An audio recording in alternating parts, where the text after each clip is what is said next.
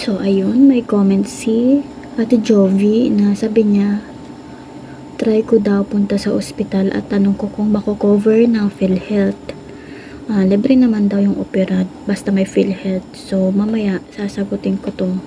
Iko-continue ko muna yung kwento doon sa last part ng in-upload ko. Kung napanood niyo yung part 1, so ito na po yung part 2. So, umabot po kami sa part na gano'n na pinapadalan ako ng nanay ko ng pambili ng food supplement pero hindi ko siya nabibili dahil nga, yun nga. So, that time, both sides naman ay may mga tumutulong sa amin. Then, nagtutulungan naman kami para makasurvive. So, fast forward, noong time kasi na yun, parang wala pa ata dito sa may Sanma 2021. Hindi ako sure. Basta, nung time na yun, sa private ako nagpa-laboratory. Mahal naman pala nun. Diyos mio, yung 2,000 tiwas. So, ayun, binigyan ako ng tita ko Leia. Kaya I'm so thankful kasi may mga tao sa paligid ko, mga kamag-anak ko, na tumutulong sa akin. Lalo nung pandemic. Mga tita ko, tito, pinsan, maraming sa inyo. Tapos kahit ibang tao tumutulong sa amin, mga friends, hindi man gaano close friend, pero yung alam mo yun, yung nakasama mo sa trabaho, tapos tumutulong sa inyo, ganyan. So, we are so lucky na meron kaming sila na umalalay sa amin noong bagsak kami, and thank you so much po. So, yun, nakapagpa-laboratory ako kasi nauna yung ano nga, diba, yung pati yung ultrasound. So, noong July 26, 2024, kasi nag-ano na ako pumunta na akong private doctor. Kasi yun, so after nun, so nagkaroon naman ako ng trabaho. Then, hindi naman ganun kalakihan yung sahod, pero nakapag-ipon ako ng pang-check up dun sa private doctor na specialista talaga ng thyroid.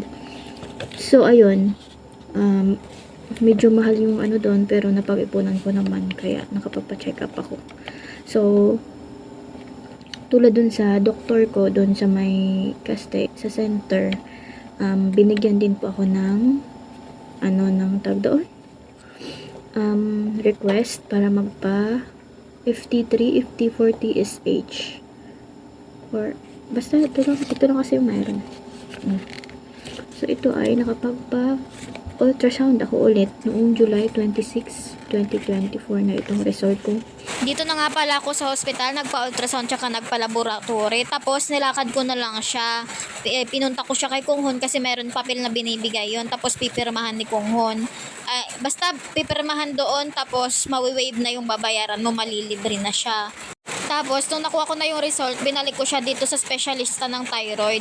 Then, tinanong ko siya kung anong mga bawal sa mga pagkain. Ang sabi niya, wala naman. Ang bawal lang sa akin ay ma-stress tsaka magbuhat ng mga mabibigat. Sabi ko sa kanya, hindi ko po maaiwasan yun kasi araw-araw ko pong ginagawa yung pagbubuhat. Tapos, araw-araw din po akong stress, sabi ko sa kanya. Pagkatapos nung in-advancean ako ng doktor na ipa-opera ko na lang, tapos i-inquire ko kung magkano babayaran dito sa hospital. Syempre, Mari, inabot naman ako ng siyam-siyam kasi yun nga, nung time na pumunta ako, wala yung doktor. Then, syempre, nagtatrabaho din ako, kaya nangihinayang din ako sa pagiging absent ko. Halimbawa, isang araw, sayang din yun pang gastos. Pagkatapos nun ilang beses na ako pinadala ng nanay ko. Sabi niya wag daw akong maingay. Pero ngayon wala na, malalaman na nila.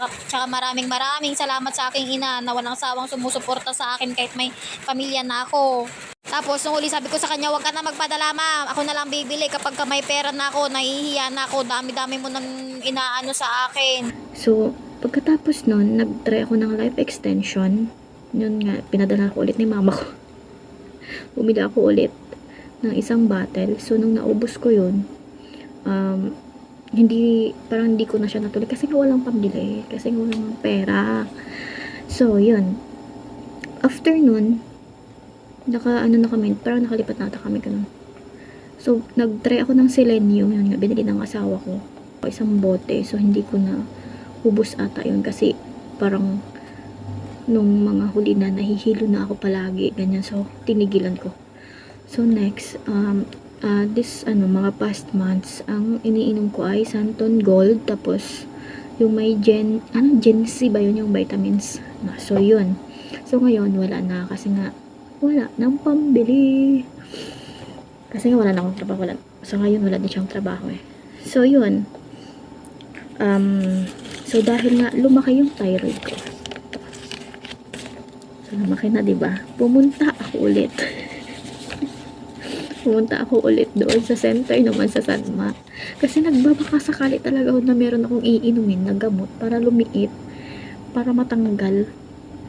Ganun. Yun nga, binigyan ako ulit ng ng request. Request ba yun? Taga. Basta, binigyan ako ulit ng listahan ng mga ganito ng pang laboratory. So, hindi. Tapos, nag-decide na ako nitong itong mga, nung pumasok yung 2025, dahil nga medyo, yun nga, hindi na talaga siya lumiliit at palaki na ng palaki. So, nag-decide ako na magpapa-opera na ako. Kasi malaki naman na si Hoy ngayon eh. So, nung na ako, pinaalam ko muna sa mama ko. Sabi ko, mama, magpapa-opera ako kasi hindi naman na talaga siya lumiliit. Yun lang talaga yung sinasabi ng mga doktor sa akin. So, si mama ko, sabi niya, wag muna. Kasi, i-try mo muna itong food supplement na to, yung Santon Gold niya. So, yun, tinry ko.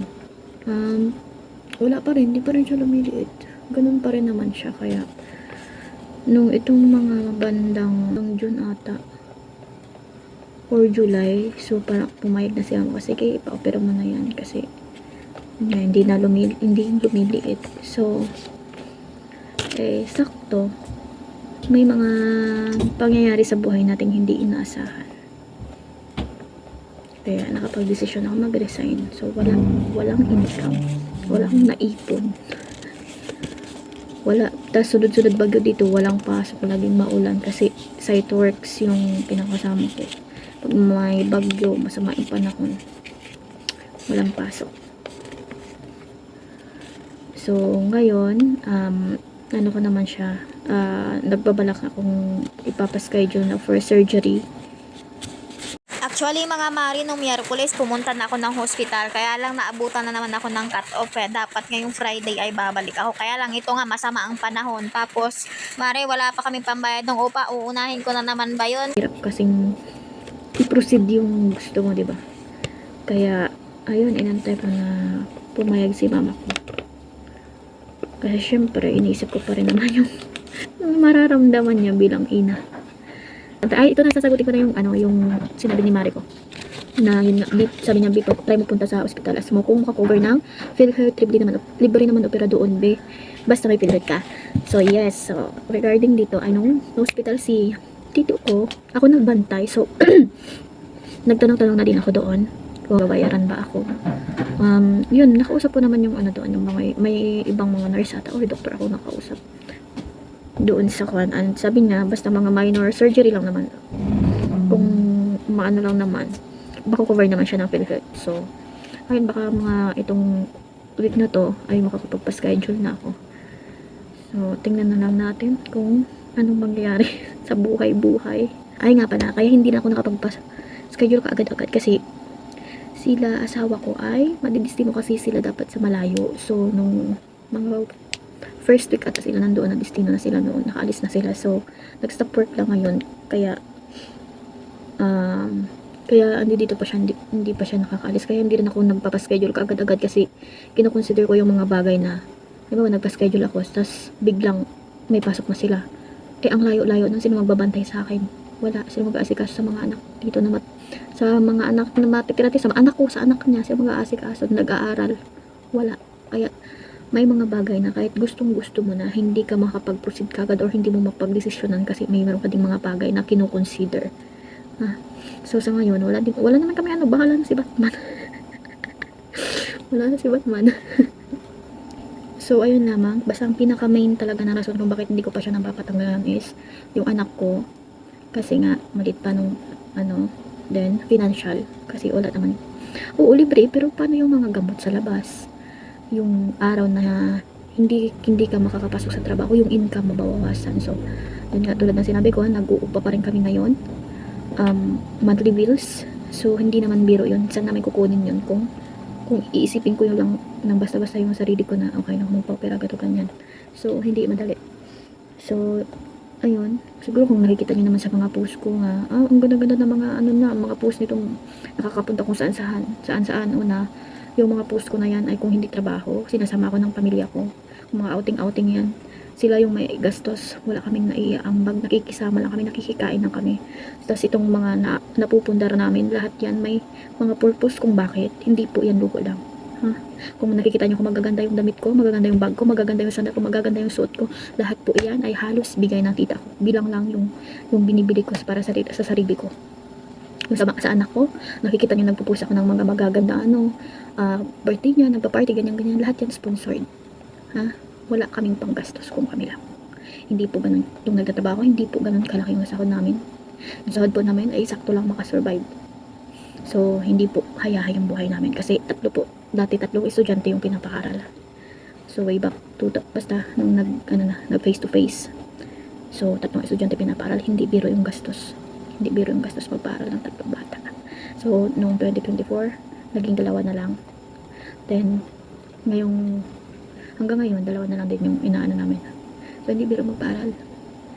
Kaya, sana, doon sa taong makapagsalita, akala mo ay ka-perfect.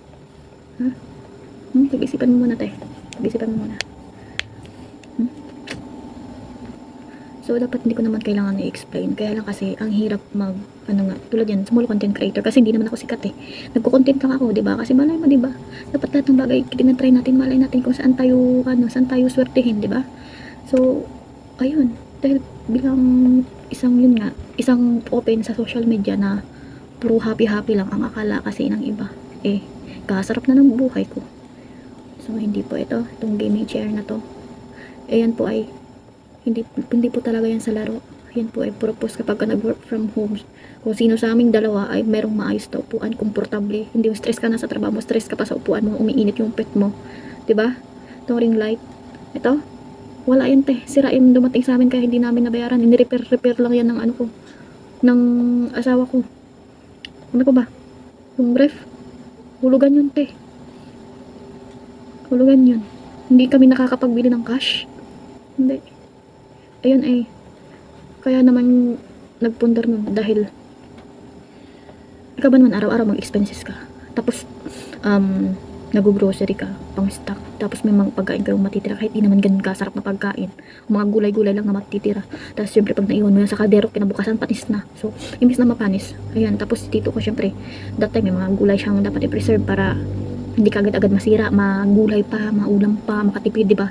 So, yun. Napakinabangan namin. So, hindi po yan buho lang. Kaya kung sa tingin niyo po ay ang saya-saya ng buhay ko dito, hindi po ganun kasaya. Hindi po ako mayaman.